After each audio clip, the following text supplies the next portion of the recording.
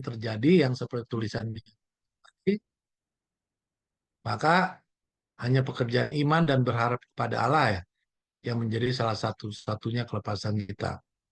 Hanya mata iman saja yang dapat melihat perkara-perkara di seberang waktu untuk menaksir dengan benar harga kekayaan yang kekal. Yesus tidak mengemukakan kepada pengikut-pengikutnya pengharapan untuk mendapat kemuliaan dari kekayaan duniawi, untuk menghidupkan suatu kehidupan yang bebas dari ujian. Gantinya ia memanggil mereka untuk mengikuti dia pada jalan penyangkalan diri dan hinaan. Ia yang datang untuk menebus dunia ditentang oleh kuasa kejahatan yang bersatu padu. Dalam suatu persekutuan yang tidak menaruh belas kasihan. Orang-orang jahat dan malaikat-malaikat yang jahat. Oke, habis ya. Mempersiapkan diri terhadap putra damai. Setiap perkataan dan perbuatannya menyatakan belas kasihan ilahi. Dan ketidaksamannya dengan dunia menimbulkan permusuhan yang paling pahit. Demikianlah akan jadi kepada semua orang yang akan hidup saleh dalam Kristus Yesus. Aniaya dan hinaan menunggu semua orang yang diilhami oleh Roh Kristus. Sifat dari aniaya itu berubah berulang kali. Tapi prinsip itu, yaitu roh yang mendasarinya, adalah sama yang telah membunuh umat pilihan Tuhan sejak zaman Abel. Amin. Oke, silakan pada Rain.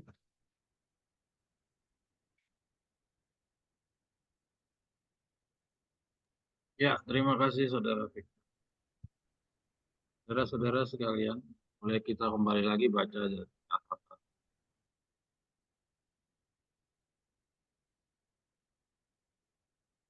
Coba bisa dibaca lagi ke catatan atas ya.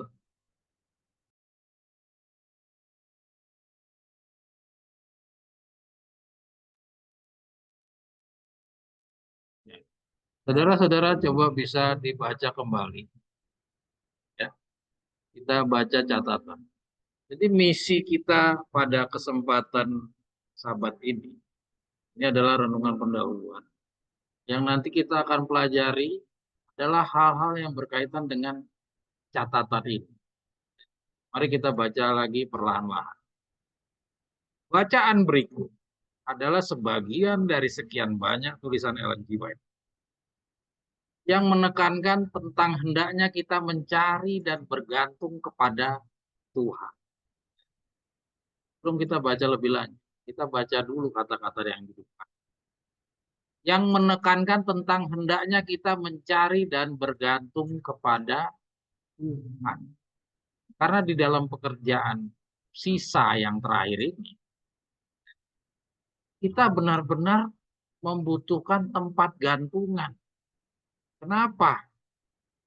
Kenapa? Karena kita sudah pelajari dari beberapa kali kita Zoom 2 minggu sekali, ya, kita sudah saksikan betapa suramnya perjalanan sisa di depan. Ya, saudara-saudara, sekarang ini banyak kita sudah terninabung karena kita seperti berada di dalam masa 120 tahun khotbah Nabi Nuh ke orang-orang di zamannya air bah. Yaitu apa? Alam sama sekali tidak memperlihatkan tanda-tanda akan adanya air bah. Ya. Alam sama sekali tidak memberikan tanda-tanda apapun. Ya, kondisi alam, kondisi kehidupan, semuanya masih berjalan sama seperti yang sebelum-sebelumnya. Dan kita sekarang juga berhadapan dengan hal yang seperti itu. Tapi tulisan-tulisan Nyonya White dari penggalian-penggalian kita terus-menerus memperlihatkan bahwa keadaan di depan itu adalah sama seperti khotbahnya Nabi Nuh, yaitu suram dan mengerikan, ya, membutuhkan iman yang benar-benar bergantung kepada Tuhan. Dan itu tidak terlihat sekarang. Saudara-saudara lihat sekeliling saudara, masih banyak orang yang bisa mencari nafkah, masih banyak orang yang bisa pergi ke sana, pergi ke sini. Ya, semua apa yang digambarkan oleh Nabi Nuh dari khotbah-khotbahnya seperti di masa lalu sama sekali tidak terlihat di dalam alam ini.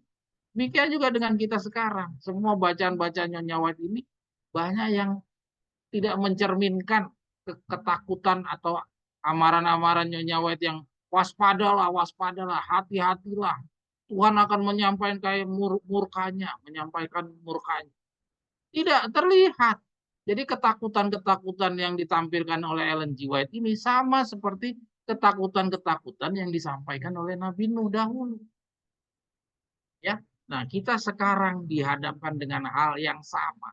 Apakah kita mau tetap dengan tenang-tenang saja, ya, hidup dengan kegembiraan seperti sekarang, kenyamanan seperti sekarang, ketenangan seperti sekarang, hanyut di dalam segala kenyamanan, hanyut di dalam gaya hidup orang-orang sekitar kita, mencari hal yang sama seperti orang-orang sekitar kita, ya. Nah, dari bacaan ini, dari beberapa kali kita Zoom, itu kita dibangunkan bahwa kondisi 120 tahun ini tidak akan demikian terus. Akan ada batas waktu, Tuhan akan tiba-tiba muncul.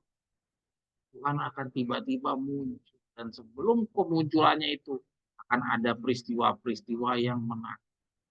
Harus kamu persiapkan dahulu.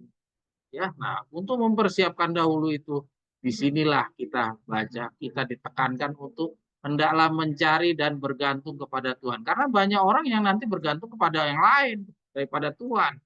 Ya, mari kita baca. Bacaan sedemikian ini menjadi perlu kita pelajari agar kita terus-menerus mengingat. Perlu kita pelajari agar kita terus-menerus. Kenapa kok harus terus-menerus? Karena kita ternina bobo dengan gaya hidup dan pengaruh-pengaruh lingkungan kita. Tetangga kita, saudara kita semua tenang, tidak ada yang khawatir, tidak ada yang ketakutan sebagaimana yang disampaikan oleh Ellen G. White. Ya, kalau kita bertemu sama mereka, pasti mereka udah tenang, jangan terlalu khawatir, berserahlah kepada Tuhan. Tuhan sangat akan menjaga kalian. Kalau saudara itu umat Allah, yakinlah saudara itu adalah biji mata Tuhan. Betapa indahnya kata-kata itu yang sering kita dengar, didengungkan oleh para pendeta-pendeta. Tapi apakah memang demikian? Apakah benar kita biji mata Tuhan? Ya, kalau di masa lalu menjadi biji mata Tuhan aja sedemikian sulitnya, apakah sedemikian murahnya kita sekarang menjadi biji mata Tuhan? Ya, mari kita pelajari apakah benar saya ini biji mata Tuhan atau tidak. Ya, dari pembelajaran kita bisa lihat, benarkah saya ini biji mata Tuhan ataukah itu sebuah janji bagi orang lain bukan bagi saya. Ya, mari kita ikuti. Ya, kita harus terus-menerus mengingat bahwa perjalanan ke depan ini jauh berbeda dari kondisi kita sekarang ini, yaitu kita akan dihadapkan kesulitan, aniaya, dan direndahkan, dihina.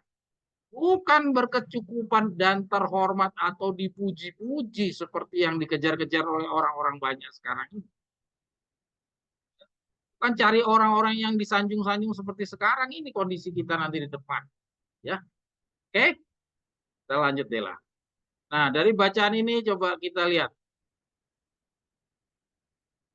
Ya, kita lihat. Nyonya White mengingatkan kepada kita bahwa Tuhan itu tidak menghalangi rencana diam-diam dari orang jahat. Jadi jangan kita mengira kalau kita biji mata Tuhan seperti tadi kedamaian khotbah-khotbah dari pendeta ya, kalau kamu biji mata Tuhan kamu akan dijaga. Orang akan selalu di dalam gereja-gereja selalu ditanamkan bahwa kalau orang mencintai Tuhan itu ada kedamaian. Kalau kamu mencintai Tuhan, kamu akan diluputkan. Kamu tidak akan memperoleh penderitaan. Kamu akan hidup damai sejahtera. Tidak ada kesulitan di dalam Tuhan. Kenyataannya, Nyonya White bacakan bagaimana? Sejalan tidak pandangan-pandangan tadi. Mari kita baca. Allah tidak menghalangi rencana secara diam-diam dari orang jahat. Tetapi ia menyebabkan rencana mereka itu bagi kebaikan kepada mereka. Dalam ujian dan pertentangan mempertahankan kepercayaan dan kesetiaan. Jadi dalam mempertahankan kepercayaan dan kesetiaan, Tuhan biarkan ujian-ujian itu datang. Untuk apa? Untuk kebaikan mereka. Lalu bagaimana khotbah pendeta-pendeta yang tadi yang mengatakan kalau kamu mencintai Tuhan, kamu tidak akan hidup di dalam penderitaan, kamu akan damai sejahtera, kamu akan nyaman, kamu tidak akan menghadapi kesusahan, tidak akan ada orang yang bisa menyentuh kamu karena kamu biji mata Tuhan. Wow, betapa indahnya. Tapi ketika dihadapkan dengan tulisan Nyonya White seperti ini, kita mau ngomong apa? Siapa yang kita patut dengar? Para pendeta kah? Atau kata-kata Nyonya White? Lebih lanjut lagi kita lihat di bawah, ya. Kita lihat di bawah, ya. Kita lihat di bawahnya itu ia mengajarkan kepada mereka untuk bergantung kepadanya, bukan bergantung kepada pendeta. Jadi pada saat kita di dalam aniaya kesusahan-kesusahan, kita disuruh bergantung kepada Tuhan, bukan kepada yang lain. Ya, seperti yang tadi Victor katakan, sekarang ini kan belum terjadi. Ini bagaimana ini? Tolong nanti dijelaskan oleh saudara Red. Pada masa-masa seperti itu, biarlah ia ingat pengalaman yang harus dapat dalam ujian dapur api. Ya, sering pekerjaan Injil meneruskan pekerjaan di dalam taupan penganiayaan. Ya, so, mungkin saya jawab pertanyaan Victor. Sebagaimana tadi di dalam catatan, kita akan menghadapi di depan. Jadi apa yang disiapkan Ellen G. White ini bukan untuk saat kita sekarang, bukan untuk hari ini, bukan di dalam orang masih di dalam kenyamanan 120 tahun, tapi di dalam waktu-waktu mendekati penyelesaian itulah Nyonya White sudah memberikan satu petunjuk-petunjuk ya, wejangan-wejangan supaya kamu bersiap-siap ketika kejadian itu harus dihadapi. Jadi jangan kita melihat pada saat ini kan belum. Ya kalau pada saat ini sudah terjadi, kamu sudah harus lari sana lari sini, kamu nggak sempat lagi baca. Iman kamu harus membuktikan dari mana kamu berada. Iman kamu harus menjawab apakah kamu ada di pihak yang umat Allah atau kamu di pihak yang menganiaya. Itu kalau itu sudah terjadi. Jadi manfaatkanlah kesempatan pada saat sekarang ini masih di dalam 120 tahun. Kesempatan masih ada, bergunakanlah waktu yang masih tenang ini, belum ada perang, belum ada aniaya, belum ada penjaraan-penjaraan, belum ada buruh menjarah majikan-majikan sebagaimana yang kita baca, belum ada perempuan menjatuhkan pohon-pohon ara yang menciptakan gelombang sanksi-sanksi ekonomi, ya. Jangan kita tunggu itu datang dulu baru kita baca. Oke, kita lanjut. Dalam segala zaman, saksi-saksi yang ditentukan Allah telah menampakkan diri sendiri kepada hinaan dan aniaya karena kebenaran, Jadi lihat Yusuf sebagai saksinya. Ya, kita ditunjukkan kepada kita Yusuf, Ayub, Daniel, Daud, ya. Terus Yohanes, ya. Terus Stefanus, ya. Yohanes di Pulau Patmos. Kita lihat ini semua menghadapi penderitaan. Jadi apa yang disampaikan oleh Ellen G. White tadi di atas itu sangat tepat. Jadi Tuhan membiarkan. Dela, kok hilang Del? Tuhan benar-benar membiarkan semua rencana-rencana jahat para pendeta itu sudah waktunya sekarang saudara-saudara tinggalkan. Ya, bahwa kalau kita cinta sama Yesus, Yesus akan lindungi kita, kita tidak akan mendapatkan kesusahan. Kenyataan yang kita lihat dari contoh-contoh umat Allah yang benar-benar sudah berhasil, ya kita lihat tidak ada itu dilindungi, tidak ada dijaga, tidak ada Tuhan meluputkan daripada kesusahan dari aniaya. Bahkan malah Tuhan seakan-akan kayak membiarkan semuanya itu terjadi. Dan itu malah menjadi satu bagian dari proses kelulusan daripada mereka para pekerja-pekerja Tuhan. Semuanya harus lulus dari sebuah proses. Ya. Jadi kalau kita belum melalui satu proses seperti ini, nah dari Ellen G. White berikan tulisan-tulisan inilah, kita diingatkan kamu pun juga nanti akan sambung untuk dalam proses kelulusannya, kamu juga harus mempunyai pengalaman yang sama seperti Yusuf. Kamu juga akan mempunyai pengalaman yang sama seperti Daud. Kamu juga harus mempunyai pengalaman yang sama seperti Ayub. Ya, sama pengalaman yang sama juga seperti Stefanus, seperti Yohanes di Pulau Patmos. Hanya kamu tidak akan sampai nyawamu melayang. Ya, tapi kamu tidak akan dibebaskan dari semua aniaya dan hinaan. Jadi buang semua hasil pengajaran para pendeta-pendeta yang ninabobokan seperti di dalam 100 tahun, 100 tahunnya bangsa orang-orang di zamannya Nabi.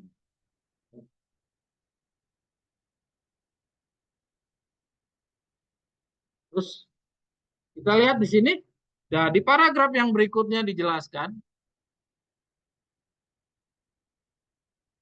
dalam paragraf yang berikutnya dijelaskan bahwa katanya adalah pekerjaan iman untuk berharap pada Allah pada saat yang gelap. Dia lagi geser deh. Ya, jadi dibutuhkan iman pada saat yang paling gelap. Jadi ingat alamat apa amaran-amaran Ellen G. White ini hanya orang ditujukan kepada orang yang punya iman. Jadi kalau kita tidak punya iman, buatlah iman Anda dulu. Ciptakanlah iman Anda dulu. Saudara harus paham tentang pembenaran oleh iman. Dan oleh iman adalah belajar, mengerti, percaya, baru berbuat. Jadi adalah pekerjaan iman.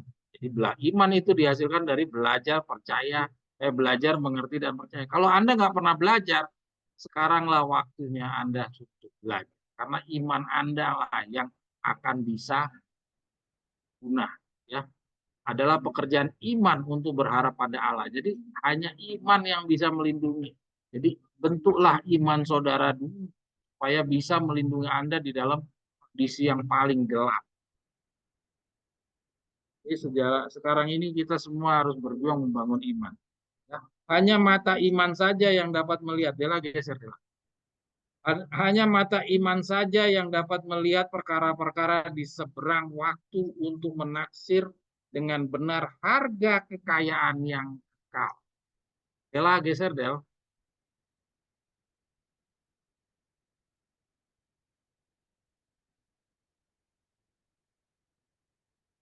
Dela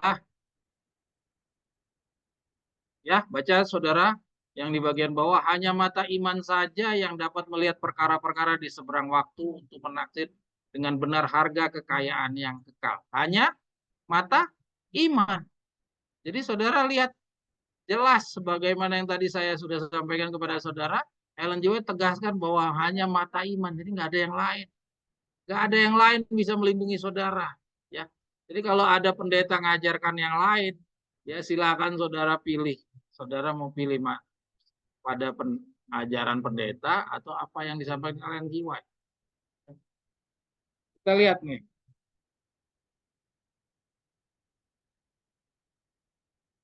Kita lihat di paragraf yang berikutnya juga Yesus kepada kita ditegaskan oleh Ellen G. White. Yesus tidak mengemukakan kepada pengikut-pengikutnya pengharapan untuk mendapatkan kemuliaan dari kekayaan duniawi.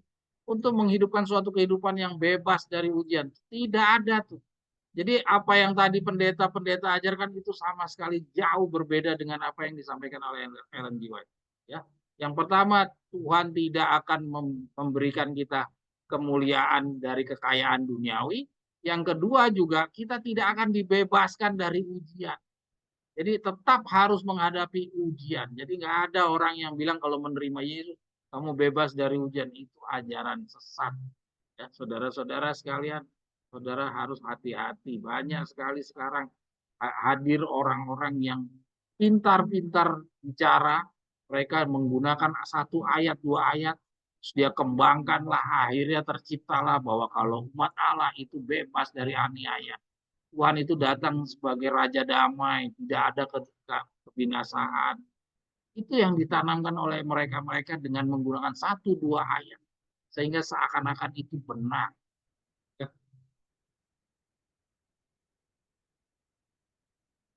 Ya, saudara sekalian, kita lihat yang bagian bawah lagi.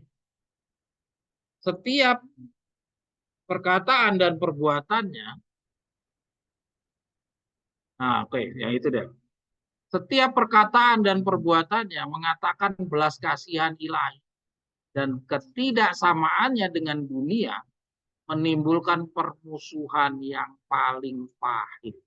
Jadi siap-siap saudara, kalau saudara menyampaikan hal yang berbeda dengan dunia, dengan apa yang tadi para pendeta ajar, siap-siap saudara akan berhadapan dengan permusuhan. permusuhan yang paling baik. Kalau saudara khawatir untuk mendapatkan permusuhan dengan dunia, silakan saudara sesuaikanlah pandangan-pandangan saudara, pemahaman-pemahaman saudara dengan apa yang sudah dipegang oleh orang-orang di sekitar kita, orang di dunia. Jadi kalau ada orang bawa pekabaran tongkat gembala, terus mereka bisa duduk bersama-sama dengan pendeta Advent, ya, terus dia bisa disambut oleh para pendeta Advent tanpa ada timbulnya suatu permusuhan. Pada dasarnya dia tidak sedang membawakan pekabaran tongkat. Ini Ellen G. White ini menyampaikan bukan dia sudah mengenal pekabaran tongkat gembala. Belum. Ini baru pekabaran 3 malaikat yang Ellen G. White sampaikan. Nyonya White sudah mengingatkan, setiap perkataan dan perbuatannya mengatakan belas kasihan ilahi dan ketidaksamaannya dengan dunia menimbulkan permusuhan yang paling. Kita lihat di atas, yang atas, Yesus tidak mengemukakan kepada pengikutnya pengharapan untuk mendapatkan. Nah, jadi kalau kita sebagai contoh saingan daripada Yesus, setiap perkataan dan perbuatan kita ya yang menyatakan belas kasihan ilahi dan ketidaksamaannya kita dengan dunia itu akan menimbulkan permusuhan yang paling. Di sini adalah Yesus, tapi karena kita adalah contoh saingan daripada Yesus dari lambang upacara bayangan, maka permusuhan, maka kalau kita perkataan kita, buatan kita, ya, yang tidak sama dengan dunia, itu akan menimbulkan permusuhan yang paling. Ya. Demikian akan jadi kepada semua orang yang hidup saleh dalam Kristus Yesus. Nah, jelas ya. Jadi di sini paragraf yang paling terakhir menunjukkan bahwa pengalamannya Yesus itu juga akan menjadi pengalamannya kita. Kalau di dalam pengalamannya Yesus tidak ada damai sejahtera, Yesus sama sekali tidak menemukan satu penghargaan, penghormatan, bahkan penghinaan, maka kita pun juga akan sama ya menghadapi hal yang sejenis, itu menghadapi aniaya dan hinaan. Kalau seperti tadi Victor katakan sekarang belum, memang sekarang belum, tapi kita akan menghadapi di depan.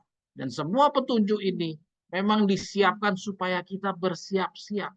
Karena nanti kita akan menghadapi banyak hal-hal yang mengagetkan seperti ini apabila kita tidak bersiap-siap. Bahkan kalau kita tidak bersiap-siap, bukan kita yang akan tidak mampu bertahan. Bahkan kitalah yang akan menjadi penganiaya. Kitalah menjadi orang-orang yang melakukan penghinaan. Orang-orang yang mengintimidasi. Bacaan ini menunjukkan kepada kita, kamu mau ada di posisi mana.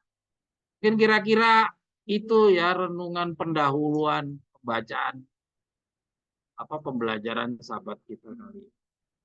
Saudara-saudara sekalian, Dela mungkin ganti yang berikutnya, Dela.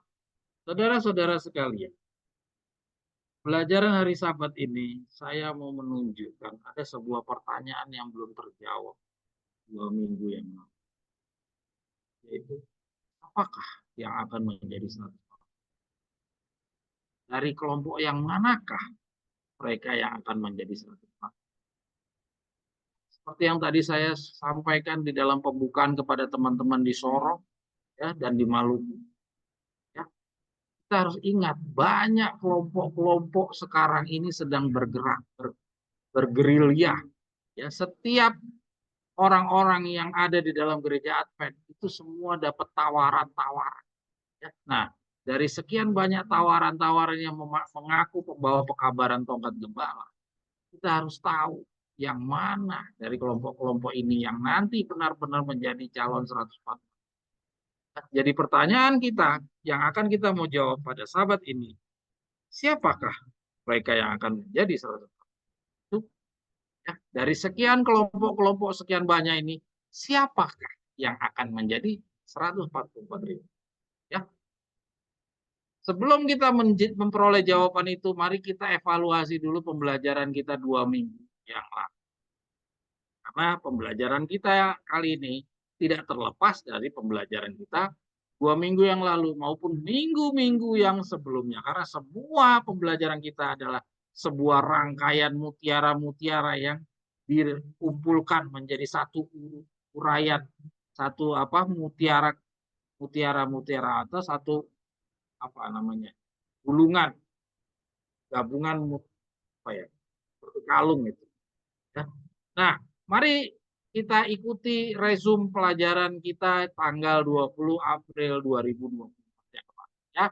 Yang pertama, pada kita diberitahukan oleh Ellen G. White bahwa 144.000 itu akan dilepaskan di dalam masa dunia itu sedang meningkat kejahatannya dan tidak lagi mengejutkan banyak orang. Jadi kejahatan sudah sedemikian meningkat, tapi orang-orang biasa-biasa saja, ya, tidak menyadarkan kita semua. 120 tahun pengalamannya Nabi Nuh itu benar-benar terjadi di dalam kita. Di banyak kejahatan meningkat, tapi kita tenang-tenang saja. Mari kita baca. Ya. Dan 144.000 dilepaskan di dalam saat orang-orang dunia pun merasakan penderitaan, laparan, dan kehausan. Jadi 144.000 dilepaskan bukan di dalam masa tenang. Ya. Sebagaimana yang kita tahu dari cerita 120 tahun. Memang sekarang belum, seperti yang tadi Victor katakan. Sekarang ini memang belum, tapi di depan ini akan terjadi. Ini Ellen G. White sudah mengingatkan kita. Siap-siap kamu kalau kejadian ini terjadi. Ya, mari kita baca.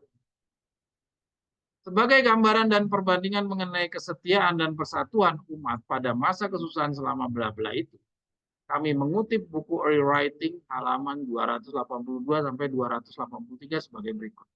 Aku tampak orang-orang suci itu meninggalkan kota-kota dan kampung-kampung lalu berhimpun bersama-sama secara berkelompok dan hidup di tempat-tempat yang sangat terpencil. Malaikat-malaikat menyediakan bagi mereka makanan dan air. Sementara sebaliknya, orang jahat menderita kelaparan dan kehausan.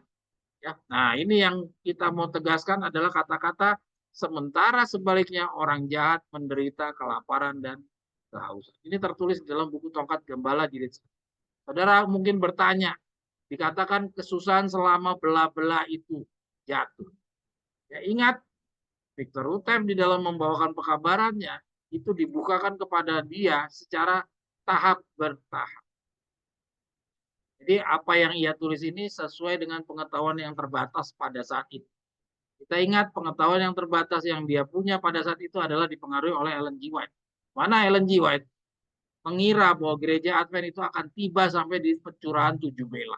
Ya, jadi jangan kita terkecoh dengan kata-kata dalam Tongkat Gembala jilid 1. Ya, tapi yang kita harus tegaskan di sini, kita harus pahami bahwa benar-benar keadaan kita sekarang ini bukanlah keadaan yang akan terkumpulnya 144.000. Sekarang ini masih damai, masih tidak ada gempa bumi, tidak ada banjir, tidak ada perang, tidak ada kerusuhan, tidak ada penjarahan. Jangan membuat kita terkecoh. Ini adalah hal yang di depan yang nanti akan terjadi, yaitu sementara 144.000 dikumpulkan, orang-orang di sekitar kita, yaitu orang-orang jahat, akan menderita kelaparan dan kehausan. Artinya, tentunya kalau orang di sekitar kita juga merasakan kelaparan dan penderitaan, tentunya calon 144.000 yang juga sebelumnya merupakan orang-orang yang berada di tengah-tengah mereka, di tengah-tengah orang-orang pada umumnya, orang-orang dunia, maka 144.000 juga akan merasakan jenis hal penderitaan yang sama, yaitu kelaparan dan kehausan. Kelaparan dan kehausan ini datang dari mana? Sebagai akibat dari apa? Mari kita baca yang berikutnya. Sila geser dulu. Ya, kita lihat berita-berita tentang transaksi bisnis yang curang, pembunuhan, dan segala jenis kejahatan tiap hari kita dengar. Nah, sampai hari ini juga demikian, apalagi nanti semakin ke depan, ketika kelaparan tadi, penderitaan semakin meningkat, itu kejahatan otomatis akan lebih meningkat. Kejahatan sudah menjadi sesuatu yang begitu lumrah sehingga tidak lagi mengejutkan perasaan kita seperti dulu. Nah, jadi seperti dulu, seketika kejahatan itu masih 1-2, wah ketakutan itu kita langsung cepat-cepat tutup rumah. Malam-malam jangan ada yang keluar ya, jangan begini. Ketika kejahatan masih 1-2. Tapi kejahatan ketika sudah semakin merajalela, mungkin orang sudah tidak lagi telinganya mau mendengar, sudah terbiasa mendengar segala kejahatan. Dan tidak lagi kekhawatiran itu muncul. Jadi mereka kembali lagi ya berleha-leha dengan kehidupan sehari-harinya. Inilah kondisi calon 144.000 nanti akan dilepaskan di saat orang sudah memandang kejahatan itu tidak lagi sesuatu yang mengerikan, bukan sesuatu yang perlu dikhawatirkan. Ya, semua tuh, transaksi bisnis yang curang, pembunuhan. Jadi artinya kejahatan-kejahatan itu timbul dari berbagai transaksi-transaksi bisnis. Ya, jadi kelaparan yang tadi kita baca di atas itu sebagai akibat daripada segala hal yang kita baca di dalam surat 258 tahun 1900.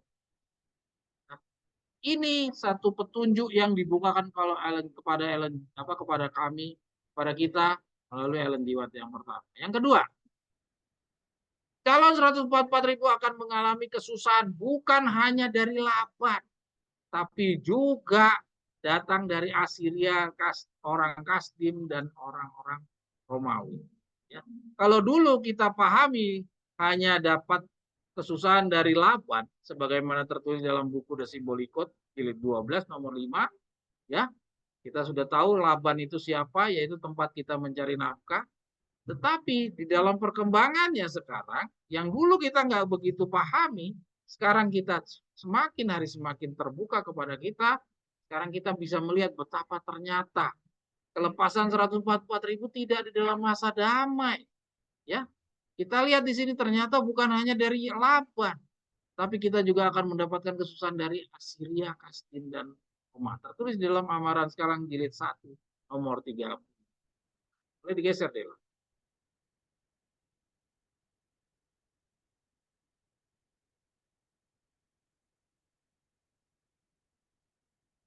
Ya. Nah, kita lihat di sini dari buku Amaran sekarang ini kepada kita ditunjukkan bahwa calon 144.000 nantinya setelah mencapai periode gilang gemilang tidak akan lagi. Ya, jadi kalau dikatakan tidak akan lagi, artinya sebelum dia mencapai periode gilang gemilang, dia akan menghadapi, ya, tidak akan lagi. Jadi artinya sebelumnya dia akan hadapi, tapi setelah periode gilang gemilang tidak akan dia hadapi lagi. Ya, kita harus memahaminya apa interpretasi a contrario. Ya, kita harus menggunakan interpretasi a contrario, kebalikan. Saudara lihat, jadi tidak akan lagi jauh dari aniaya. Jadi artinya pada saat kita mau menghadapi kelepasan, kita akan dihadapkan dengan aniaya. Ya, tidak akan diperintah oleh bangsa yang lain. Artinya dia akan diperintah oleh bangsa yang lain. Kita akan diperintah oleh bangsa yang lain. Ya, bentuknya seperti apa saya belum bisa gambarkan karena ini masih akan terjadi di hadapan kita. Terus yang berikutnya, tidak akan pernah lagi menyaksikan orang Asiria ataupun orang Kasdim beruntung melawan dia. Ia juga tidak akan lagi menderita aniaya-aniaya oleh orang Roma dan orang Yahudi dan orang Romawi. Semuanya ini kini sudah berlalu dan terulang kembali dan tidak akan membawa akibat apapun terhadap. Ya. Jadi kita lihat di sini bahwa kita akan menghadapi kesusahan bukan hanya dari Laban, tapi juga dari Asiria, dari apa tadi dia Kasdim, terus dari Yahudi, ya, orang Asiria, Kasdim, orang Yahudi dan Romawi. Kalau Yahudi dan Romawi, ya, kita sudah sama-sama paham bahwa dahulu dari nubuatan Yesaya pasal 7 dan Yesaya 8 ada konfederasi, ya, yang bekerja sama dengan pemerintahan sipil. Ya. Nah, jadi artinya selain dari konfederasi, kita akan juga dapat aniaya-aniaya dari Asiria dan orang Kasdim. Artinya benar-benar kita tidak ada tempat untuk berlindung selain kepada Allah. Hanya satu-satunya tempat untuk berlindung hanya kepada Allah. Pada saat nanti 144.000 dilepas. Dari pemerintahan kita juga dapat kesusahan. Dari orang-orang yang tempat kita bekerja dapat kesusahan. Dari orang-orang bangsa-bangsa yang dilambangkan dengan Asiria dan dilambangkan oleh Kasdim, kita dapat kesusahan. Dari orang Yahudi, tadi jelas, Dia melakukan konfederasi. Jadi artinya dari saudara kita sendiri kita dapat kesusahan. Kita lihat nih, semua ini kini sudah berlalu. Ya, ini sudah jadi masa lalu dan terulang kembali, tidak akan membawa akibat apapun terhadapnya, ya. Nah, jadi kalau misalkan terulang kembali, katanya ini semua ini kini sudah berlalu dan terulangnya kembali tidak akan membawa akibat apapun terhadap. Ya. Kita tunggu saja ini nanti seperti apa yang dikatakan tidak akan membawa akibat apapun terhadapnya. Ini otomatis tidak akan membawa dampak apapun terhadapnya, ini hanya orang yang menjunjung tinggi imannya seperti yang tadi kita baca di renungan. Kalau orang yang imannya tidak kuat dengan adanya kesusahan-kesusahan aniaya-aniaya yang seperti ini, apakah iya itu tidak akan berakibat apa pada mereka? Kita tidak bisa jawab sekarang karena semuanya itu harus kita saksikan dari hari ke hari di depan. Ya, oke, kita terus. Nah, ini kita lihat. Ini Ellen G. White juga sudah memberitahukan di dalam kemenangan akhir 534. Ya, paragraf yang alinea yang kedua.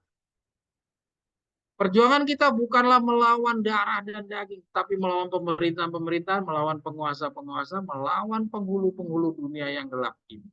Melalui roh-roh jahat di udara. Kenakanlah seluruh perlengkapan senjata Allah supaya kamu dapat bertahan melawan tipu muslihat iblis. Jadi hanya melalui apa? Perlengkapan senjata Allah kita bisa bertahan. Jadi artinya saudara harus punyai dulu senjata-senjata Allah pada saat sekarang ini.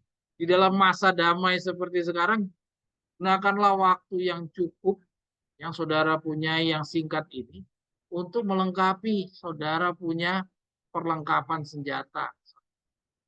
Kalau saudara sekarang leha-leha tidak memanfaatkan kesempatan ini, marah. Jangan minta Tuhan bikin keajaiban. Tuhan dari Adam dan Hawa tidak pernah bikin keajaiban bagi orang-orang yang setengah-setengah hati. Tuhan hanya hadir kepada orang-orang yang telah memenuhi persyaratannya. Jadi selama persyaratan tidak terpenuhi, Tuhan jangan pernah bermimpi janji-janjinya tergenapi kepada kita. Tidak ada contoh di dalam perjanjian lama sampai di perjanjian baru kita temukan ada orang yang setengah-setengah hati. Tuhan penuhi janji-janjinya kepada mereka. Persyaratan Tuhan adalah persyaratan yang tegas. Tidak ada persyaratan yang bisa ditawar-tawar. Oke? Nah, kita lihat di sini. Yang berikutnya, ya, dikatakan 144.000 itu akan dilepaskan dalam masa damai. Maksud masa damainya itu yang bagaimana? Ya, banyak kita terkecoh dengan kata-kata masa damai. Seakan-akan, oh kalau gitu 144.000 itu akan terlepaskan seperti sama halnya di zamannya Nabi Nuh. Ternyata tidak, saudara-saudara. Kita bisa jawab tidak karena apa? Karena Nyonya White juga yang menunjukkan kepada kita, bukan pendapat kita. Ya, mari kita baca di yang dihitamkan. Itu dari buku Tengok Aku Jadikan Segala Perkara Baru. Ini sama sekali tidak ada dari pikiran saya. Ya, mari kita baca. Bahwa mereka yang 144.000 itu dimeteraikan di dalam masa damai. Maksud masa damainya itu yang bagaimana? Di sini dijelaskan. Sungguh pun tidak di dalam masa damai di antara bangsa-bangsa itu sendiri. Nah, jadi artinya masih ada peperangan. Ya, masih di tengah-tengah peperangan. Jadi artinya 144.000 dilepaskan di dalam masa perang. Perang apa itu, saudara? Dari buku-buku petunjuk Nyonya White dan Victor Utef yang lainnya, kita sudah diberitahukan bahwa di dalam masa kelepasan 144.000, mereka akan dilepaskan di dalam masa perang, Raja Utara, Raja Selatan. Dari Daniel pasal 11. Nah, di sini dilanjutkan, namun di dalam suatu masa dalam mana tak ada bangsa yang dibiarkan menganiaya sidang, ataupun malaikat yang diizinkan untuk menyakiti orang jahat. Jadi, mendong kalau gitu ya. Kalau kita baca sepotong ini, kita keluarkan dari konteks.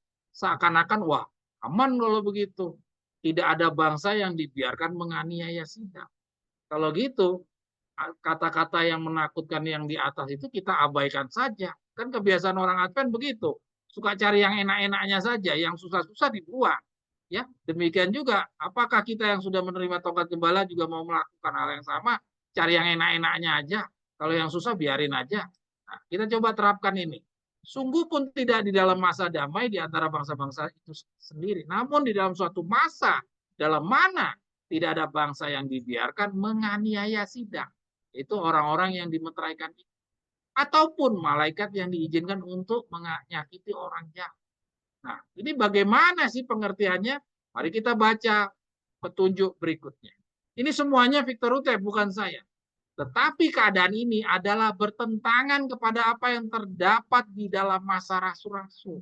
Ya, nah jadi maksudnya tidak dibiarkan menganiaya sidangnya yang dimaksud itu bukan artinya kamu tidak disentuh sama sekali. Ya, kita baca ini petunjuk berikutnya. Tetapi keadaan ini adalah bertentangan kepada apa yang terdapat di dalam masa rasul-rasul. Pada mana baik orang Romawi maupun orang Yahudi telah menganiaya orang Kristen. Dan pada mana Allah sendiri telah menghilangkan nyawa Ananias dan Safira. Jadi kepada umat Allah ya tidak akan terjadi seperti di masa rasul-rasul ya di mana orang-orang Yahudi telah menganiaya orang Kristen, itu tidak akan terjadi atau ya artinya tidak sampai kepada nyawanya rasul-rasul meninggal. Jadi artinya penganiayaan yang nanti kita dapatkan bukan berarti tidak kita sama sekali tidak disentuh. Ya, dijelaskan di bagian bawahnya dibilang kita tidak akan mendapatkan aniaya seperti rasul-rasul yang dia dapatkan dari orang Romawi maupun orang Yahudi. Ya, yang menganiaya orang Kristen. Kita lihat menganiayanya ya orang-orang Romawi dan orang Yahudi di zamannya masa rasul-rasul itu sampai apa? Sampai orang-orang itu sampai mati semuanya. Ya, mati syahid dan kita tidak akan sampai di mati syahid. Ya, jadi maksudnya menganiaya sidang, ya tidak akan ada bangsa yang dibiarkan menganiaya sidang, maksudnya tidak akan membiarkan sidang itu sampai kita harus mati, ya tidak akan sampai mati. Tapi tetap kita mendapatkan aniaya, ya. Dan pada orang-orang jahat pun Tuhan juga tetap akan tidak membiarkan orang-orang itu mati seperti Ananias dan Safira. Karena apa? Masih di dalam 4 mata angin dipegang. Jadi Tuhan masih menahan supaya jangan sampai mereka ini kebablasan. Jadi masih ditahan. Tetap terjadi aniaya-aniaya. Jadi jangan ada dirusakkan sama orang-orang yang suka mengutip-ngutip satu paragraf keluar atau kalimat-kalimat tertentu yang dikeluarkan dari seluruh konteks. Ya, oke. Yang berikutnya, Dela.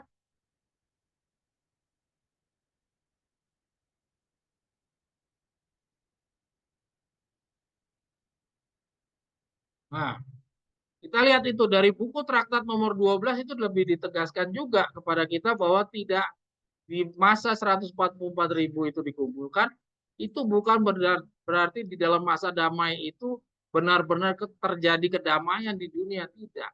Ya, itu tidak menghalangi peperangan bangsa-bangsa di antara sesamanya. Mereka selalu terlibat dalam perang di antara sesamanya. Dan sekarang mereka sedang terlibat dalam suatu pertikaian seluruh dunia yang hebat dan tak ada tandingannya dalam seluruh sejarah. Sekalipun malaikat-malaikat masih tetap menahan angin-angin itu. Jadi artinya perang yang nanti dihadapi oleh 144.000 saat pelepasannya itu adalah perang yang paling terhebat yang tidak ada tandingannya dari seluruh sejarah manusia. Jadi perang dunia pertama, perang dunia kedua itu nggak ada apa-apanya dibandingkan perang dunia yang ketiga yang nanti. Jadi betapa mengerikannya ini kelepasan-kelepasan. Jadi kesimpulannya adalah berikut. Adalah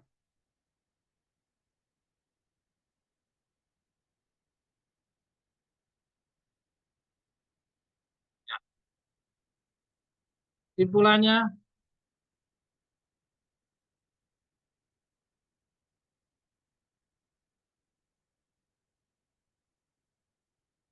ya, setelah mendapatkan pemahaman yang jauh lebih luas lagi diberikan Victor Hutef, kita dapatkan gambaran kesusahan penderitaan di perjalanan sisa calon 144.000 di depan, yaitu selain dari adanya bencana alam yang telah kita pahami sebagai orang Kristen pada umumnya, kita akan menghadapi kelepasan dalam masa perang dari Daniel pasal 11. Konfederasi YSK pasal 7 dan 8. Dampak krisis ekonomi dari perang dagang, pohon-pohon ara yang akan dijatuhkan oleh proses perempuan hendak duduk di atas punggung, Wahyu pasal 17. Ya, ini yang kita sudah pahami minggu yang lalu.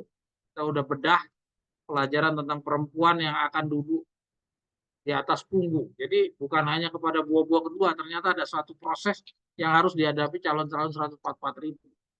Juga akan adanya penjarahan buru-buru terhadap majikan-majikan. Nah, ini juga 2 minggu yang lalu kita pelajari ya.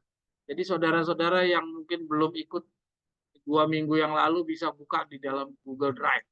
Ya, bisa buka di website. Di website ini semua pelajaran-pelajaran sudah dituangkan di sana.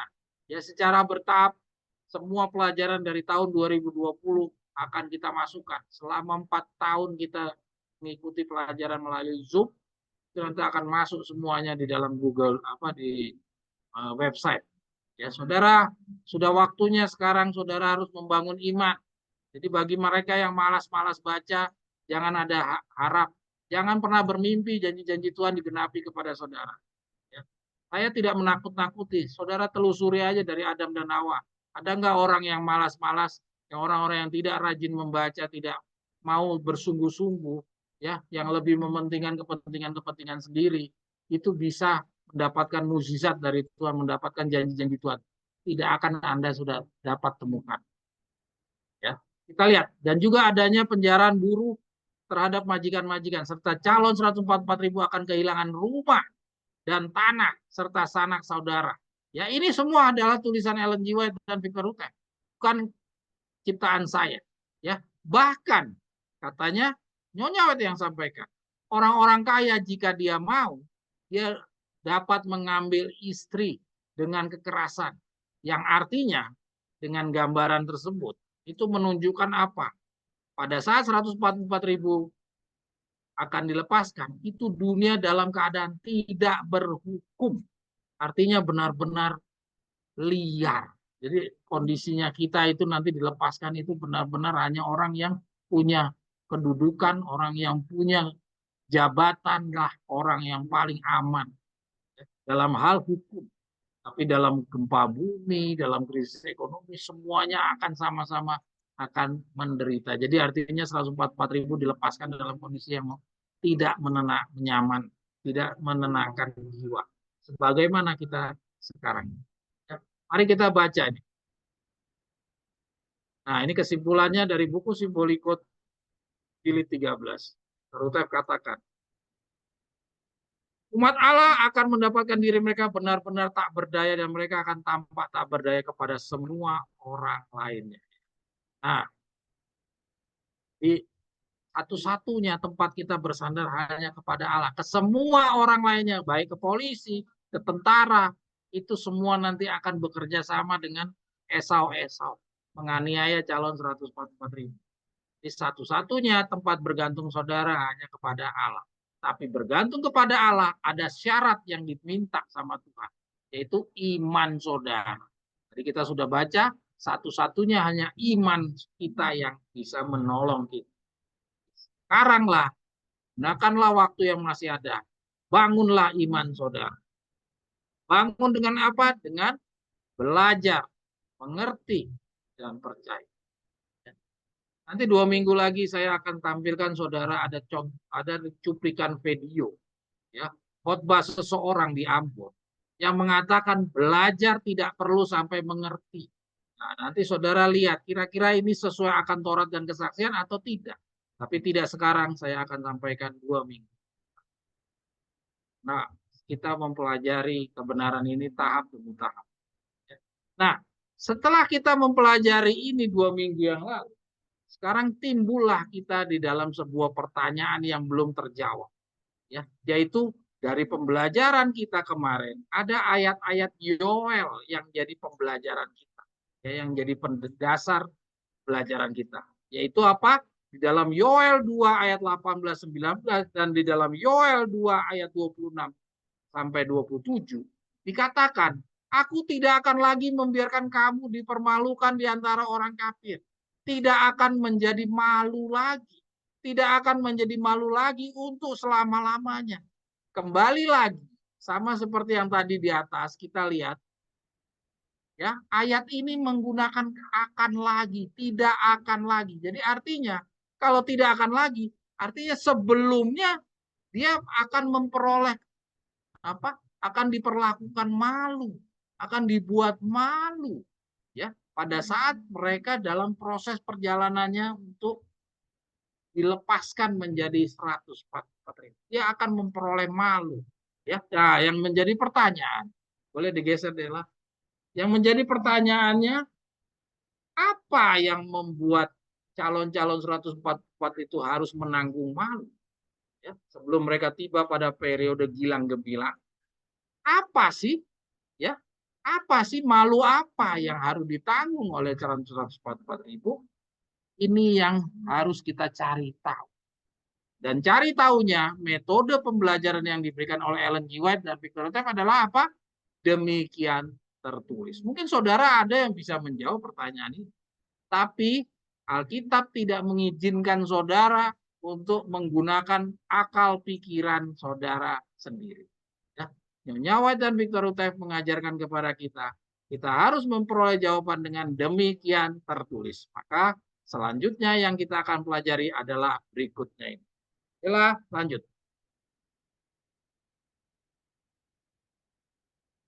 Kalau ada yang mau bertanya, silahkan.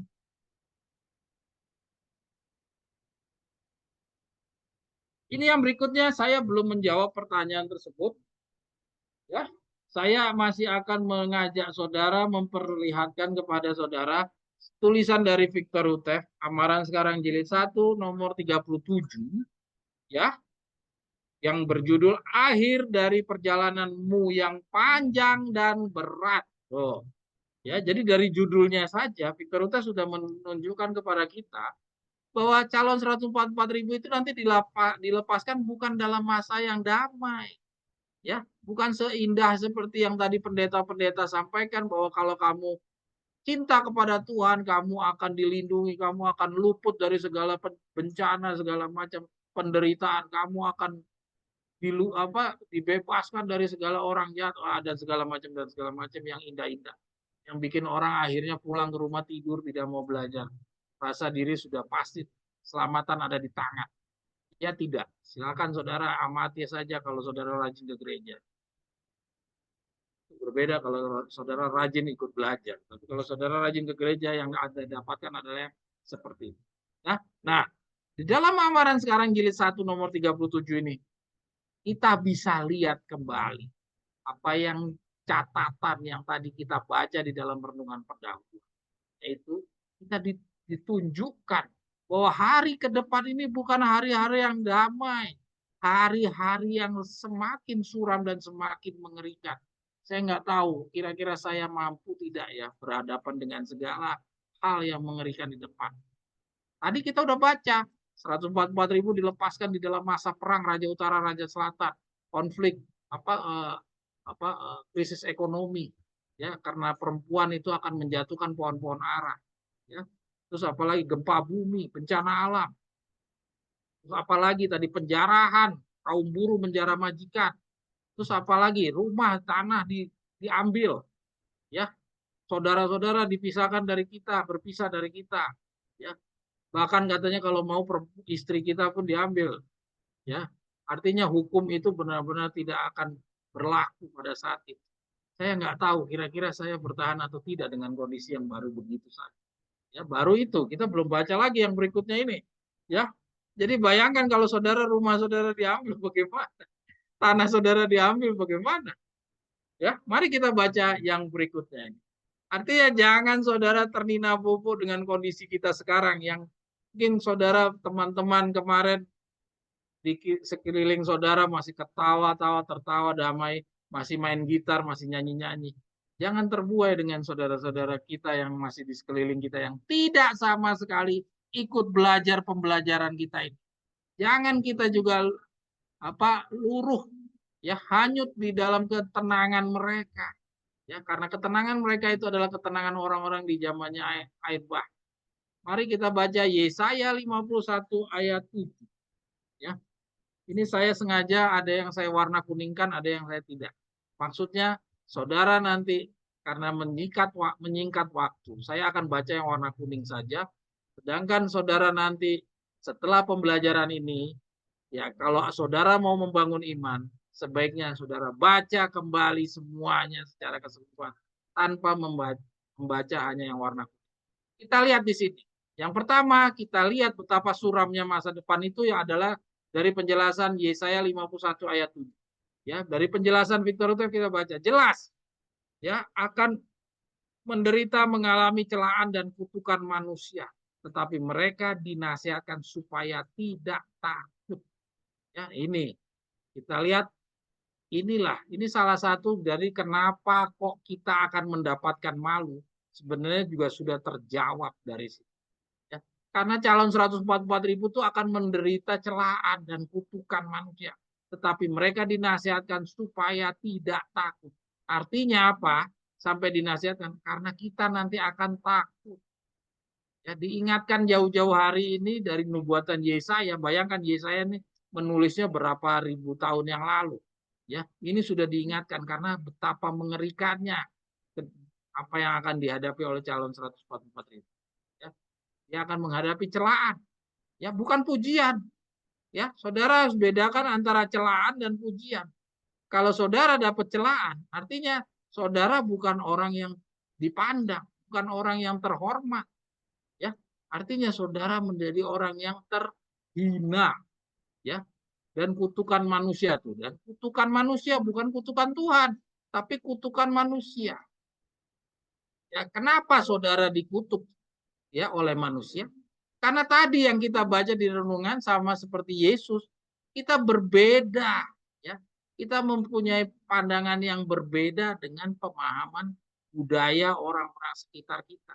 Dikatakan tadi kita baca kita akan menghadapi satu perlakuan yang pahit karena kita berbeda dengan dunia.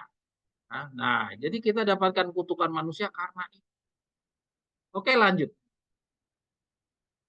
Ingat kalau kita belajar, kita harus mengkaitkan antara pembelajaran yang kita sebelumnya dengan yang berikutnya. Setiap tulisan-tulisan Nyonya White itu satu sama lain itu seperti mutiara yang kececer. Satu sama lain itu perlu dirangkai. Lanjut. Yang dikuningkan saja adalah Yesaya 51 ayat 9 dan 10. Jagalah, jagalah. Pakaikanlah kuatmu, hai lengan Tuhan. Jagalah seperti pada zaman dahulu kala. Nah, jadi kita disuruh diingatkan kamu ingat zaman dulu. Jadi kalau kita ingat zaman dulu, mau tidak mau apa? Anda harus baca. Ya, saudara nggak bisa ngayal-ngayal atau melamun-melamun pakai pikiran sendiri. Anda harus telusuri zaman dulu itu bagaimana. Ya, zaman dulu itu seperti apa?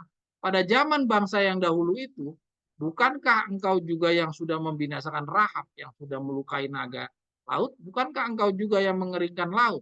Segala air tubir yang dalam itu, dan sudah membuat segala kedalaman laut menjadi sebuah jalan, geser, menjadi sebuah jalan bagi semua orang tebusan untuk menyeberang daripadanya. Nah, jadi mau tidak mau saudara harus telusuri di masa lalu itu bagaimana. Kalau saja umatnya itu tidak tidur, nah ini ya, maka apakah perlunya ada panggilan untuk menjagakan mereka?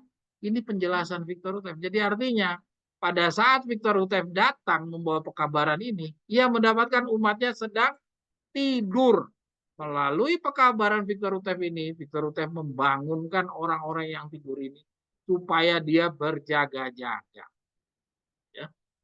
Siapa mereka? Mereka adalah jangan kita bilang ini bacaan untuk orang asing. Ini untuk ini untuk orang luar. Selama kita tunjuk ke orang lain, ya, kamu tidak akan melakukan pembangunan dan reformasi. Ingat, semua petunjuk Nyonya White ini, amaran-amaran ini adalah untuk kita. Calon-calon 144.000 Nyonya White tidak pernah bicara untuk orang protesan atau Pantekosta. Nyonya White itu bicara cuma untuk kepada calon-calon pekerja jam ke-11. Ya.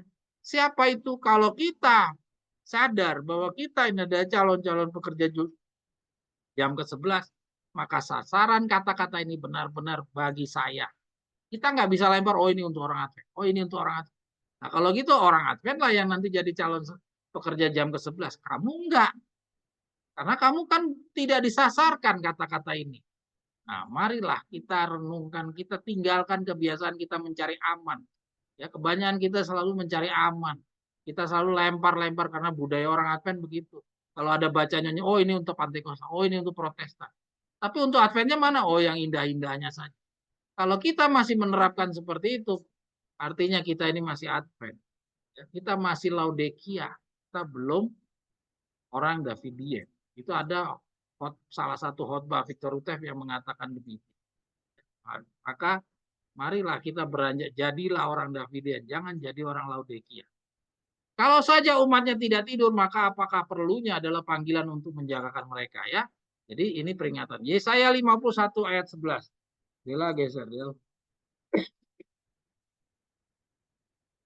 Nah, kita lihat di sini Taruh jelaskan, menyingkirkan semua kesusahan dan tangisan untuk selama-lamanya. Jadi, saudara, ini bukan kondisi yang damai sejahtera. Yang berikutnya adalah, yang kita cepat saja, karena yang berikutnya nanti akan panjang. Ya, Yesaya 51 ayat 13. Amarannya si penganiaya seolah-olah ia telah siap hendak membinasakan.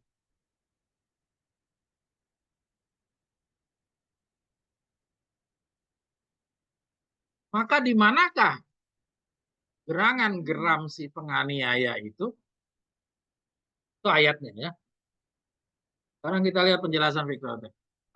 Apabila kita mulai takut kepada manusia, maka sejak saat itu juga kita melupakan Allah. Ya, jadi Victor Utef ingatkan, jangan takut kepada manusia. Kalau Victor Utef ingatkan jangan takut kepada manusia, artinya apa? Artinya sebagian daripada kita akan takut kepada manusia. Ya, manusia-manusia yang seperti apa yang kita takuti? Yaitu mereka-mereka yang punya kekuasaan seperti yang tadi kita baca. Ya, perang Raja Utara, Raja Selatan, mereka yang karena ekonomi, orang-orang yang menjarah, ya, orang-orang yang akan mengambil tanah, mengambil rumah. Ini semua akan menjadi ketakutan kita kepada mereka. Jadi kita diingatkan supaya jangan takut kepada manusia. Bergantunglah kita kepada Tuhan. Takutlah kepada Tuhan. Ya. Maka sejak saat itu juga kita lupa kepada Allah. Katanya kalau kita takut kepada manusia. Ya bagaimana Tuhan, ini kan nggak mudah. Ya. Ini nggak mudah Tuhan. Saya tidak terlatih seperti tentara yang sudah terdidik. Saya manusia biasa yang tidak biasa menghadapi tantangan dan kesusahan yang sedemikian mengerikan. Ya wajar dong kalau saya takut. Itu pikiran kita. Tapi melalui bacaan ini diingatkan, tidak boleh takut kepada manusia. Kira-kira Tuhan mendengar nggak kekhawatiran kita tadi? Adakah Tuhan akan merubah kata-katanya? Sejauh dari Adam dan Hawa, Tuhan tidak pernah berubah. Tuhan tidak merubah aturannya hanya untuk menyesuaikan kepada kekhawatiran-kekhawatiran umat Allah. Itu tidak pernah kita nemukan di dalam perjalanan umat Allah dari Adam dan Hawa. Ya, umat Allah yang harus menyesuaikan dengan tuntutan Tuhan.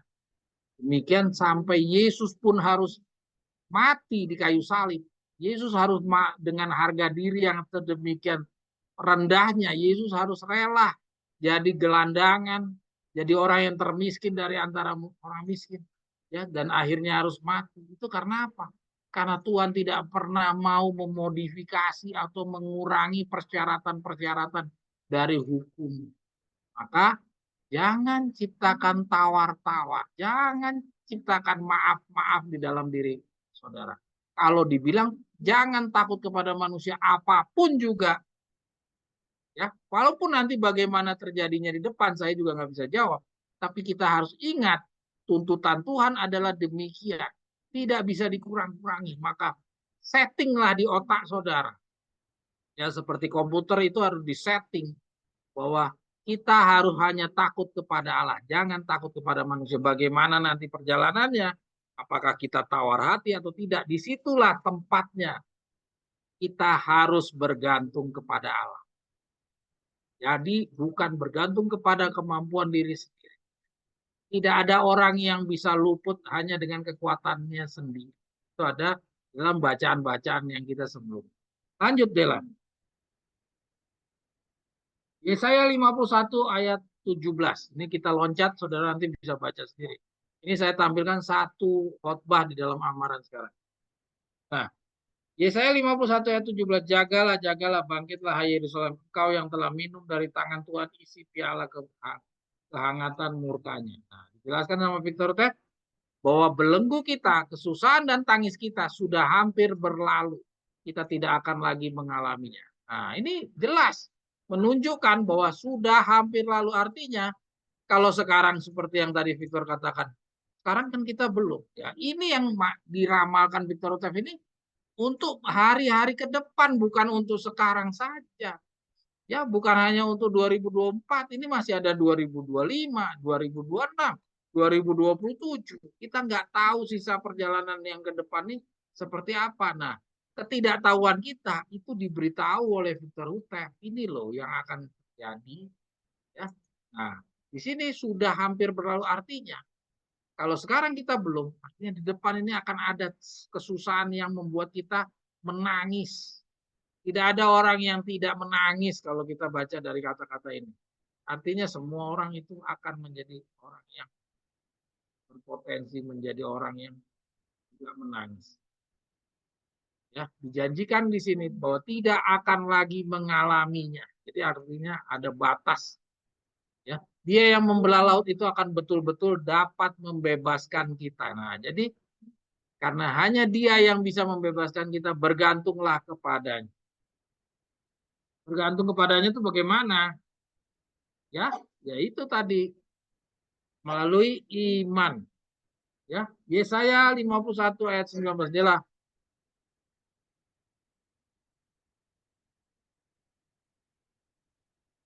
Ya, Daud dahulu disuruh memilih salah satu dari 3 perkara. Maka datanglah Gad kepada Daud. Nah, sekarang coba saudara amati kata-kata ini. Cermati benar-benar. Si Daud ini diberikan 3 pilihan. Ya, diberitahukan kepadanya firman itu. Lalu katanya, pilihan yang pertama, maukah engkau suatu bala kelaparan 7 tahun lamanya berlaku dalam negerimu? Ya, ini tawaran yang pertama. Mau nggak kamu dapat bala 7 tahun lamanya? Ya, dalam negerimu. Terus yang kedua, pilihan yang kedua, maukah engkau lari 3 bulan lamanya dari hadapan musuhmu yang mengusir akan dikau? Ya, ini tawaran yang kedua. Terus yang ketiga, maukah engkau suatu bela sampar 3 hari lamanya dalam negeri? Kira-kira saudara kalau ditawarkan seperti ini, apa yang saudara jawab? Adakah dari 3 ini suatu pilihan yang menyenangkan? Semuanya 3 pilihan yang mengerikan semua. Ya, kita coba lihat itu. Yang pertama tadi, maukah engkau 7 tahun bela kelaparan datang ke negerimu? Terus yang kedua 3 bulan kamu lari dari hadapan musuhmu yang mengusir kamu. Ya, terus yang ketiga, suatu bela sampar 3 hari lamanya di dalam negeri. Jadi yang dua ini berkaitan dengan apa? Orang banyak, dan yang pertama tadi hanya dia seorang diri yang menderita. Sekarang kita lihat bacaan berikutnya. Sekarang dengan cara yang sama, umat Allah ditanya untuk memilih apakah ditinggalkan pada kebinasaan atau kelaparan dan pedang. Jadi kita juga dihadapkan 3 pilihan dan 3-tiganya sama-sama tidak nyaman. Ya, kita adalah contoh saingan dari Daud atau Davidian. Ya, akhir zaman. Dan pada Daud juga ditawarkan 3 pilihan yang sama sekali tidak ada yang menyenangkan. Kepada kita juga ditawarkan 3 pilihan yang ketiga-tiganya juga tidak menyenangkan. Artinya tidak ada tempat kita bisa berlindung daripada kesusahan. Maka bukanlah seperti di masa Daud dahulu, melainkan ia sendiri yang akan memecahkan masalah kita jika kita menyerahkan kepadanya. Jadi pilihannya apa tadi? Si Daud pilihannya apa? Dan sekarang pilihannya apa? Jawabannya adalah biarkanlah Tuhan yang akan membawa kita kepada pilihan yang mana. Jadi jangan dijawab. Ya, kira-kira seperti itu. Ini penjelasan Victor Utai semua, bukan saya. Ini yang berikutnya ini kita lihat. Daud dahulu disuruh memilih salah satu dari 3 perkara. Maka datanglah Gad kepada Daud, diberitahukan kepada firman-Nya, lalu katanya, maukah engkau suatu bela? Oh ini tadi udah ya. Ya, terus yang ini, Mikael akan berdiri bagi umatnya. Sekali ia menghimpun kita, maka ia tidak akan lagi mencerai-beraikan kita. Jadi artinya jangan kita ambil keputusan-keputusan sendiri. Ya, jadi maksud dari Victor Utai ini jangan kita ambil keputusan-keputusan sendiri. Betapa beratnya sebuah tawaran, semuanya kita biarkanlah semuanya akan berjalan seperti apa yang Tuhan rencanakan. Jadi kita jangan kita cipta-cipta langkah untuk jalanan kita.